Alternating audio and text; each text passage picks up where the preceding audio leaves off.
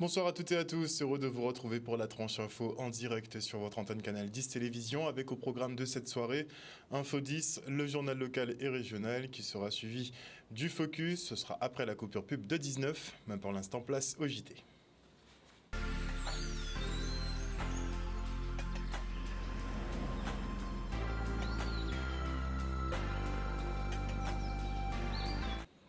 Nous sommes le jeudi 16 novembre 2023 et notez que le gouvernement a changé d'avis sur les tickets restaurants. Ils seront tout de même utilisables pour les produits alimentaires non consommables immédiatement comme les pâtes, le riz ou les œufs. De quoi faire enrager les restaurateurs qui attendaient effectivement cette mesure. Mais que voulez-vous, on ne joue pas avec la grande distribution. Et la population française est de plus en plus dans le besoin. Le taux de pauvreté augmente d'année en année et dépasse le niveau de 2019 avec 14,5%. Une tendance qui n'est pas prête de s'améliorer avec un climat mondial qui est un peu plus instable, une inflation qui n'en finit pas et un chômage qui repart à la hausse. Rajoutez à cela des manques d'eau récurrents sur notre territoire par exemple. Un cocktail explosif dans un pays où la tension sociale est déjà à son apogée. Les syndicats, eux, se préparent à l'offensive pour demander des comptes à un gouvernement à la gestion douteuse. Regardez. C'est l'ensemble des organisations syndicales, mais aussi collectives en lutte contre l'obligation vaccinale qui est toujours active, puisqu'elle nous a semblé toujours à un cadre collectif là ça. Et nous a fait en sorte que samedi, nous mettons en place une véritable mobilisation populaire. Donc en mobilisation à travailleurs, en mobilisation à militants, mais en mobilisation aussi à peuple à hauteur, à mépris que nous recevoir tous les jours de la part de l'État colonial français, mais de la part aussi du patronat. En premier lieu, nous avons décidé donc de mettre en place cette manifestation pour exiger de l'eau dans nos écoles, pour exiger que nos écoles puissent être correctement dotées et nous demandons tout simplement à la population de venir pour que demain, si effectivement il faille passer un deuxième coup de collier, c'est-à-dire des journées de grève et de mobilisation, nous le fassions, mais pour l'instant, nous estimons que nous devons être entendus par toutes les autorités.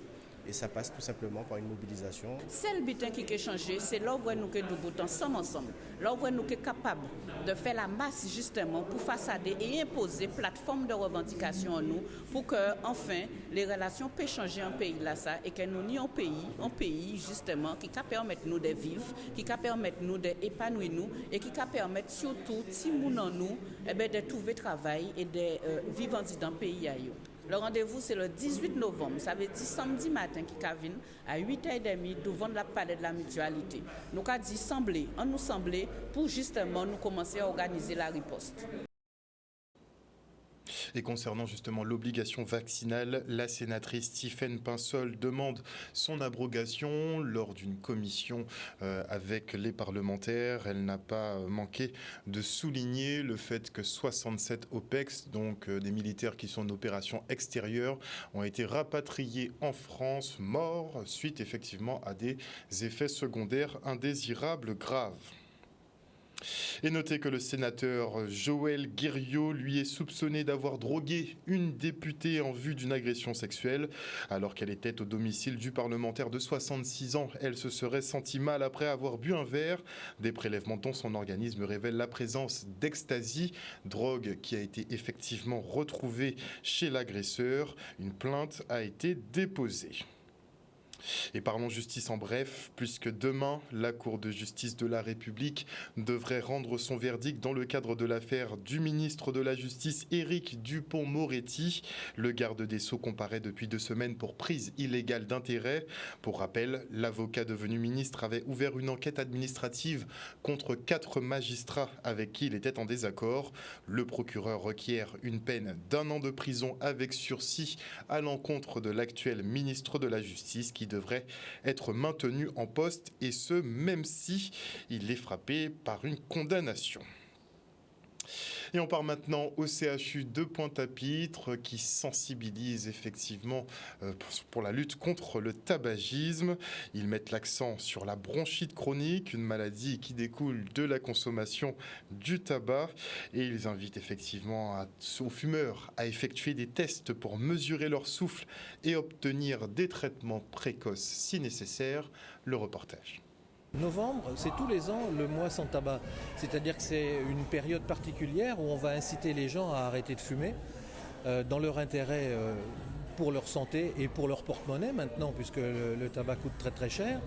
Le mois sans tabac, c'est en fait l'aide au sevrage tabagique, mais aussi une manifestation particulière à mi-septembre, et normalement le 21 septembre, nous on le fait un petit peu plus tôt, c'est la journée mondiale contre la BPCO. La BPCO, c'est une maladie chronique qui touche les fumeurs, qui se traduit par une toux chronique, puis un essoufflement de plus en plus important et invalidant. Et l'intérêt de ce dépistage qu'on fait aujourd'hui des maladies respiratoires en mesurant le souffle, c'est de détecter très précocement la maladie et de proposer un traitement et une prise en charge qui permettra aux patients de ne pas évoluer vers un handicap. C'est une maladie répandue en Guadeloupe comme ailleurs parce qu'elle dépend du tabagisme, mais pour 30%, ce n'est pas le tabac, c'est d'autres inhalations de fumée toxiques. Et l'important, c'est de détecter très précocement et de ne pas prendre pour un asthme ce qui est une vraie bronchite chronique, une BPCO, éventuellement même avec de l'emphysème. Et c'est une maladie assez fréquente partout où l'on fume et partout où on respire des émanations toxiques. Nous, on met à disposition le matériel respiratoire, donc en fonction des demandes des médecins et des différentes pathologies. Donc nous, on est principalement sur l'oxygène, l'apnée du sommeil et voilà. Vous avez deux partenaires prestataires de santé à domicile qui sont là au moment opportun pour proposer de l'oxygène et d'autres appareillages à domicile. Mais l'idéal, c'est effectivement de voir les patients plus précocement, de les traiter et de ne pas en arriver là. En fonction de la sévérité de la pathologie, on peut aller sur des dispositifs d'aide respiratoire ou parfois des supports de vie. Un reportage signé Maxime Morel. Les petits Désiens, eux, ont eu droit à du fruit à pain en toute sauce aujourd'hui. Ils ont reçu la visite de l'association Nouvelle Voie qui, depuis 2015, assure la promotion de ce fruit légendaire. Le reste en images. Ce combat qui a commencé pour nous depuis 2015. On veut valoriser un arbre et son fruit. Un arbre et son fruit vient de chez nous. Et nous pensons que le fruit à pain surtout a une valeur importante pour nous Guadeloupéens. Et nous faisons tout pour le réhabiliter, permettre que les Guadeloupéens s'approprient de l'arbre et du fruit qu'ils n'auraient jamais dû perdre en fait. Les enfants ont bien apprécié en partie le fruit, ils ont goûté, il y a ceux qui ont tout mangé, il y a ceux qui n'ont pas aimé du tout. Ils n'ont même pas tenté de goûter puisqu'ils savaient à la base que c'était le fruit à pain, ils avaient déjà des a priori sur le fruit. Bon, c'est vrai que c'est une très bonne chose pour le jeune public du Nord-Bas-Terre de découvrir un produit local du terroir tel que le fruit à pain et pouvoir faire entendre que le fruit à pain, c'est un fruit qu'on peut manger dans toutes les sauces, en migan, en archipamentier, en frites de fruits à pain et tout. Nous avons pris cette tâche à cœur et nous pensons passer partout en Guadeloupe de manière à ce que nos enfants guadeloupéens changent un peu l'image qu'on a adossée aux fruits à pain. D'abord en commençant par les éduquer et en faisant en sorte qu'eux-mêmes, ils consomment le fruit à pain.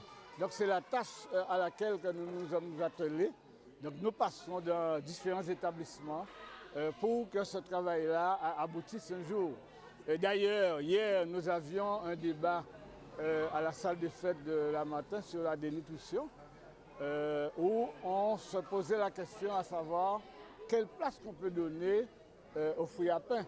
Parce que l'alimentation, lorsqu'elle fait défaut, eh bien, on doit s'interroger, on doit faire en sorte que ce que nous avons localement puisse servir à guérir certaines maladies. Voilà. Donc nous nous attachons à faire ce travail-là sur tout le territoire de la Guadeloupe. Des images signées Olivier Félix. Et on se rend maintenant au WTC à Jarry pour le 2e séminaire des cadres de Cap Excellence, l'occasion pour la communauté d'agglomération de mettre ses agents à jour en termes administratifs et d'améliorer aussi leur management. Regardez. Nous sommes aujourd'hui accueillis au WTC, au 2e séminaire des cadres, des managers de Cap Excellence.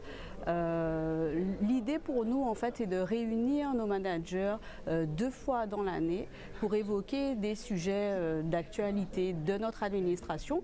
Aujourd'hui, nous travaillons sur le projet d'administration qui est en bout de course de son élaboration et nous présentons à nos managers le fruit du travail, de la collecte des données que nous avons fait avec eux dans le cadre d'ateliers créatifs qui se sont déroulés ces derniers mois. Moi, je suis consultant en politique publique, donc je suis mandaté par Cap Excellence pour les accompagner dans l'élaboration de leur projet d'administration. Ce projet d'administration, c'est le document de référence qui va permettre à l'administration de Cap Excellence de décliner les orientations politiques qui ont été décidées par les élus, d'améliorer la qualité des services publics qui sont proposés à la population, mais aussi d'améliorer les conditions de travail des agents qui travaillent au sein de l'institution, de l'organisation. Et bien évidemment, la question du management, des pratiques managériales, est centrale pour cet exercice. Lors de ces ateliers, lors de ce séminaire plus particulièrement, nous profitons pour muscler les pratiques managériales en invitant des collaborateurs, Pierre-Yves Chicot, le psychologue Spéronel, des sociologues, M. Garin par exemple, pour sensibiliser nos cadres sur leurs pratiques managériales, toujours en vue d'améliorer la collaboration et les échanges que les managers doivent entretenir avec leurs agents. Et maintenant, parlons de la journée nationale de la reconversion. Et à cet effet, je reçois Laetitia Lebrave, directrice opérationnelle du Greta de la Guadeloupe. Elle est en compagnie de Brigitte Jean-Charles, directrice du GIP des filles. Bonsoir, mesdames. Bonsoir, bonsoir à tous. Bonsoir à tous les spectateurs. Alors, on parle reconversion professionnelle. C'est une thématique qui date ou bien c'est une thématique vraiment d'actualité, puisqu'on sait que depuis quelques années, visiblement, beaucoup de personnes sont passées en mode introspection, se demandent si ce qu'elles font sert à quelque chose finalement. Donc, est-ce qu'on est sur quelque chose qui date d'il y a un moment ou on est sur une nouvelle tendance ? Alors, on est sur une forme très complète avec des partenaires multi-acteurs, en fait, depuis 3 ans, puisque là, on est sur la 3e édition de la Journée nationale de la reconversion. Mais c'est vrai que cela répond à un besoin antérieur de personnes qui avaient envie de changer de métier, changer de voie ou évoluer d'un point de vue professionnel et qui ne savaient pas forcément vers qui se tourner. Donc là, l'idée de cette journée, c'est justement de rassembler tous les acteurs qui permettent de répondre à ces questions. Reconversion qui est possible à tout âge ? Tout âge. Oui. C'est pas compliqué un peu quand on a dépassé 50 ans ? Non, absolument pas. Ce n'est pas compliqué. On a la validation des acquis qui permet justement la VAE, parce que souvent les gens connaissent bien ce sigle, qui permet justement à toute personne, quel que soit l'âge et quelle que soit l'expérience, de pouvoir faire valoir cette expérience par un diplôme. Est-ce que vous préparez un peu aussi les nouvelles générations à avoir des carrières qui ne ressemblent pas trop à l'ancien temps, c'est-à-dire on fait un seul métier pendant toute sa vie. Maintenant, il faut toujours se préparer à rebondir éventuellement en fonction de l'économie, de la géopolitique. Enfin, ça bouge énormément maintenant. Il y a aussi ça dans l'accompagnement. Alors c'est vrai qu'en fait on n'a plus des carrières professionnelles linéaires comme avant. On commençait dans un métier puis on finissait au minimum au sein d'une même entreprise et on finissait au sein de la même. Vraiment maintenant on s'aperçoit que les personnes ont des carrières avec des bifurcations, avec des arrêts, on recommence, etc. Et c'est aussi ça la vie. Donc du coup c'est vraiment l'objectif de cette journée d'accompagner, parce que quand on a envie de changer de métier, de changer de carrière ou d'évoluer, il y a vraiment des dispositifs qui permettent de le faire et de sécuriser son parcours, c'est ça aussi qui est important, et de pouvoir identifier les étapes pour réussir son projet professionnel. Et en fait, c'est vraiment l'objectif de l'ensemble des acteurs. Voilà. Est-ce qu'on doit bien réfléchir aussi à sa reconversion, ou on peut se lancer dans tout et n'importe quoi ? Par exemple, je sors d'un domaine, je sors d'un domaine par exemple sur la formation et je passe en agriculture par exemple. Mais ça en fait, ça dépend aussi de la volonté de la personne. Et donc, c'est pour ça que justement les acteurs sont là pour pouvoir les accompagner. Et donc, le 21 novembre, c'est donc la journée nationale de la reconversion qui va se dérouler à la Cité des métiers. Donc tout le monde connaît la Cité des Métiers au boulevard du Général de Gaulle au Rézé. Et donc on aura, ça commencera à 9h, 9h30 pour jusqu'à 20h avec plusieurs temps forts, donc des stands et surtout des conférences qui commenceront de 10h à 20h. D'accord. Une série de conférences toute la journée? Toute la journée, tout à fait. Donc, pour commencer, de 10h à midi, on aura un focus sur la VAE, donc avec le GIP Défi, Guadeloupe Formation, le GRETA de la Guadeloupe, le CNAM, l'ADETS. Ensuite, ça y est. Ensuite, on passe à 14h. De 14h à 15h, on a Capsio Ma Reconversion. Et là, ce seront des ateliers qui seront proposés aux salariés avec Transition Pro Guadeloupe, les OPCO et les OPCO. Voilà. Ensuite, de 15h à 16h, être accompagné par un opérateur, CEP. Et donc là, on aura la mission locale, Pôle emploi, Cap emploi, l'APEC, Transition Pro qui vont pouvoir accompagner lors d'ateliers les salariés pour justement leur proposer, leur permettre de réfléchir justement à leur reconversion.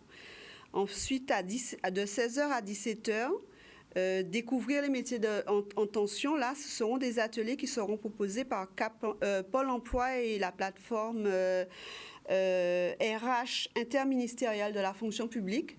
Et l'idée, c'est vraiment de permettre de montrer les métiers en tension dans le secteur privé et public. Et enfin, un temps fort pour les chefs d'entreprise de 18h à 20h. Pour les aider, une table ronde pour les aider justement à accompagner leur montée en compétences. Et là, on aura la dette, OPCO Commerce qui va pouvoir intervenir et Uniformation et Transition Pro qui interviendront sur cette table ronde pour pouvoir accompagner les chefs d'entreprise.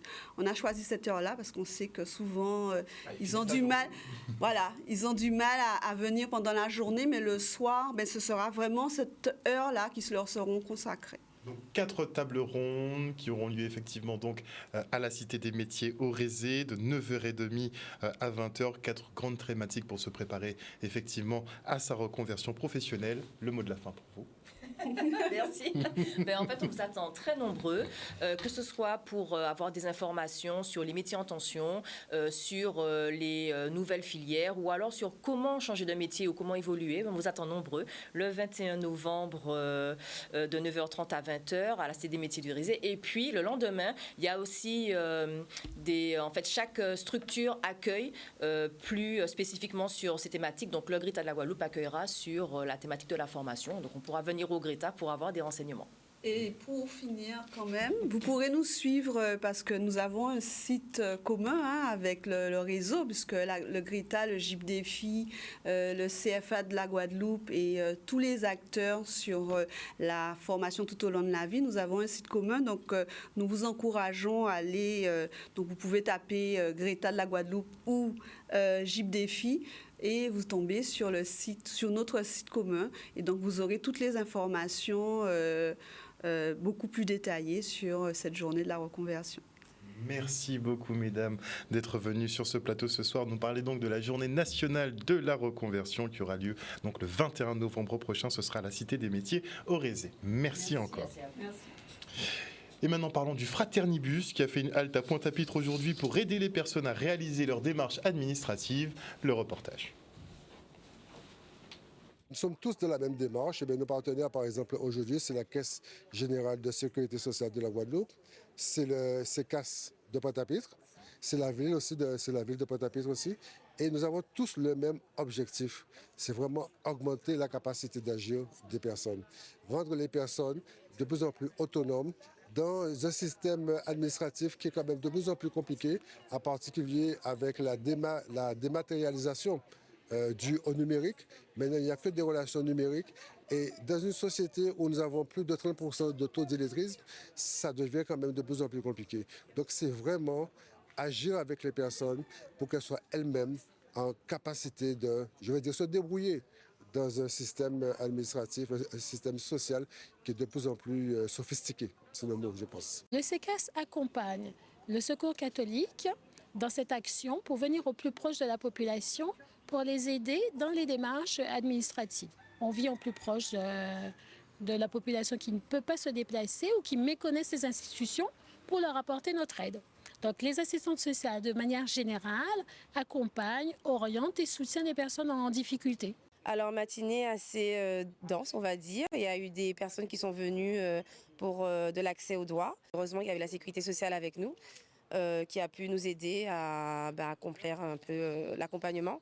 Et en l'occurrence, après, c'était majoritairement également des problèmes au niveau locatif. Je suis très satisfaite des rencontres faites et des accompagnements qui vont pouvoir se poursuivre au sein du CCAS de Pointe-à-Pitre. Fraternibus qui devra sans doute passer à un moteur électrique ou hybride dans les prochaines années. 2600 voitures de ce type sont en circulation sur les routes de Guadeloupe, un chiffre qui devrait être multiplié par 5 à l'horizon 2030, qui signe la fin du moteur thermique en Europe. Reste à adapter le territoire à ce type de véhicule avec des bornes de recharge en électricité et en hydrogène en quantité suffisante. On se rend au salon de l'hybride à Destrélan pour plus de précisions.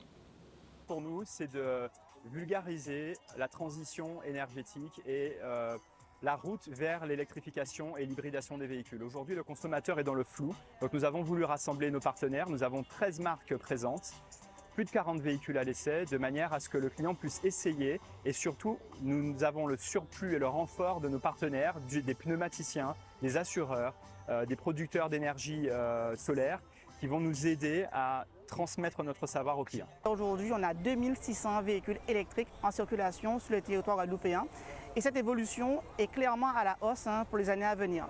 À travers un scénario prospectif qui a été conduit par la collectivité régionale, on estime d'ici 2030 que nous aurons entre 15 et 18 000 véhicules électriques en circulation sur le territoire.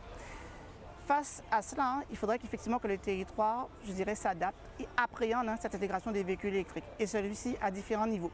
Le premier, donc une fois qu'on a établi cette base d'évolution du véhicule électrique, il faut garantir à l'intégralité de la population de pouvoir disposer d'un point de recharge en vue de pouvoir se déplacer librement, je dirais, en toute sécurité en tout cas de déplacement. On estime que pour pouvoir assurer à tout citoyen cette liberté de déplacement, qu'il faudrait sur le territoire environ 1000 points de recharge, d'infrastructures de recharge pour les véhicules électriques à l'horizon 2030. Aujourd'hui, c'est un grand sujet. Les entreprises cherchent à verdir leur parc, mais les particuliers aussi.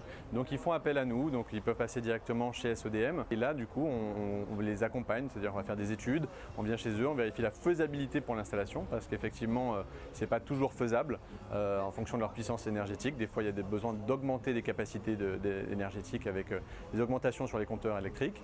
Mais donc voilà, c'est notre mission principale, c'est d'accompagner les utilisateurs de véhicules électriques. Nous proposons essentiellement de l'hybride, plutôt du full hybride, c'est-à-dire qu'en termes d'hybride, il y a plusieurs définitions, de la micro-hybridation à l'hybride rechargeable. Toyota, depuis 25 ans, nous proposons essentiellement du full hybride, c'est-à-dire un véhicule qui est capable de rouler en électrique à peu près 60% du temps, mais qui va fonctionner comme un véhicule classique où on va mettre de l'essence, il n'y a pas besoin de le brancher, il n'y a pas de contrainte de charge et il va s'auto-recharger en récupérant l'énergie pendant l'utilisation ou alors quand le moteur thermique va se déclencher. À votre tour d'essayer ce petit bijou. Je vais essayer d'en prendre soin. Ça m'intéresse, je suis dans le moment où mes voitures demandent d'être renouvelées. Donc je me suis dit pourquoi pas électrique, surtout qu'on est dans petite île, on fait petit parcours. Donc je découvre un peu l'offre. Je pense que j'ai trouvé quelque chose pour moi. Votre essai vous a plu? Oui, totalement satisfait. Vous avouez que c'est une nouveauté pour moi, mais assez étonné. Donc franchement, c'est novateur. Un reportage d'Olivier Félix. Joseph Bologne de Saint-Georges, plus connu sous le nom de Chevalier Saint-Georges, est mis à l'honneur par la région Guadeloupe. Celui qu'on appelait le Mozart noir a marqué l'histoire tant par son maniement de l'épée que de l'archer. Véritable virtuose du violon dont la vie est mise en scène dans un film sorti cette année. Il fait honneur à sa terre natale, la Guadeloupe. Regardez. Nous avons initié un cycle d'années culturelles avec des hommes et des femmes illustres de la Guadeloupe. Nous avons aussi financé des documentaires qui mettaient en avant ces hommes et ces femmes. Et puis, nous avons toujours soutenu le festival de musique Chevalier Saint-Georges parce que nous considérions qu'il fallait en sorte que des Guadeloupéens, mais aussi en dehors de la Guadeloupe, on puisse connaître l'œuvre du Chevalier Saint-Georges, cet homme qui est né en Guadeloupe au temps de l'esclavage et qui a pu véritablement s'illustrer en métropole. Saint-Georges, comme le tiers, ce sont des fils de Guadeloupe qui sont nés en Guadeloupe et qui ont réussi à se faire admettre par la société à cette époque-là en France métropolitaine. Alors, il y a des choses spéciales dans chaque concert. En réalité, en tant que directeur artistique et musical, je m'assure qu'il y ait justement des cadeaux précieux dans chacun de ces concerts. Maintenant, si je peux vous donner un conseil, c'est de vraiment être là au concert d'ouverture parce que ça vous permettra déjà d'avoir une vue d'ensemble de tout le programme. Et puis, il y a aussi des surprises très spéciales dans ce premier concert d'ouverture. Oh God, anywhere from Brazil to Alaska. Alors, il y a 45 grands musiciens internationaux qui viennent de 17 pays différents et on peut dire que ça va du Brésil à l'Alaska. C'est très important, effectivement, le monde aura les yeux rivés sur la Guadeloupe et c'est tout à fait justifié parce que la Guadeloupe est vraiment un leader qui montre que justement les musiciens de couleur peuvent être aussi bons, si ce n'est meilleurs, que leurs collègues d'autres origines, on va dire. C'est vraiment, la Guadeloupe est vraiment un leader pour démontrer l'excellence des musiciens de couleur dans la musique classique. Ce que j'attends des Guadeloupéens, déjà, c'est qu'ils viennent, qu'ils participent, qu'ils nous soutiennent en assistant à ces différents concerts, parce que c'est pas juste nous qu'ils soutiennent, ils soutiennent leur Chevalier de Saint-Georges, cette importante figure historique qui appartient au patrimoine de la Guadeloupe. Il est normal qu'aujourd'hui nous puissions mettre à l'honneur ce talent guadeloupéen, parce qu'il est né sur le territoire de la Guadeloupe, je le répète, et puis surtout montrer que la Guadeloupe excelle dans la musique dans beaucoup de domaines. On excelle dans la musique traditionnelle, certes, mais dans la musique populaire, avec le zouk, dans la musique de variété française, hein, avec un certain nombre de musiciens français, comme vous le disiez, les autres, mais surtout que aussi dans la musique classique, nous sommes là. Et pendant ces quelques jours, la Guadeloupe sera la capitale de la musique classique dans le monde. Un reportage de Charlie Dagonia. Et voilà, chers téléspectateurs, nous sommes arrivés au terme de ce journal. Rappel d'une petite information, à savoir que le sénateur Joël Guerriot est soupçonné d'avoir drogué une députée en vue d'une agression sexuelle. Il n'a pas froid aux yeux, lui, alors qu'elle était au domicile du parlementaire de 66 ans. Elle se serait sentie mal après avoir bu un verre. Des prélèvements dans son organisme relèvent la présence d'ecstasy, drogue qui a été retrouvée au domicile de l'agresseur. Une plainte a été déposée. Décidément, dans ce pays, on a un sérieux problème avec les atteintes sexuelles et la pédophilie. Passez en tout cas une excellente soirée à l'écoute des programmes de Canal 10. N'oubliez pas que chez nous, vous faites l'information que nous diffusons. Le JT revient demain à 18h30. Une bonne soirée à vous. Bisous tout le monde.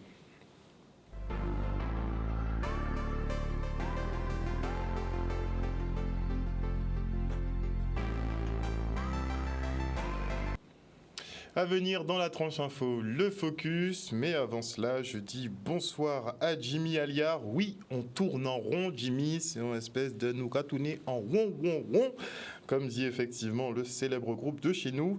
Bonsoir à Moïse Caramel, bonsoir à Mouton Lucide, bonsoir à Tina Tanjo. Oui, enfin, nous pas arriver là, nous pas arriver, nous Nishima fait toujours.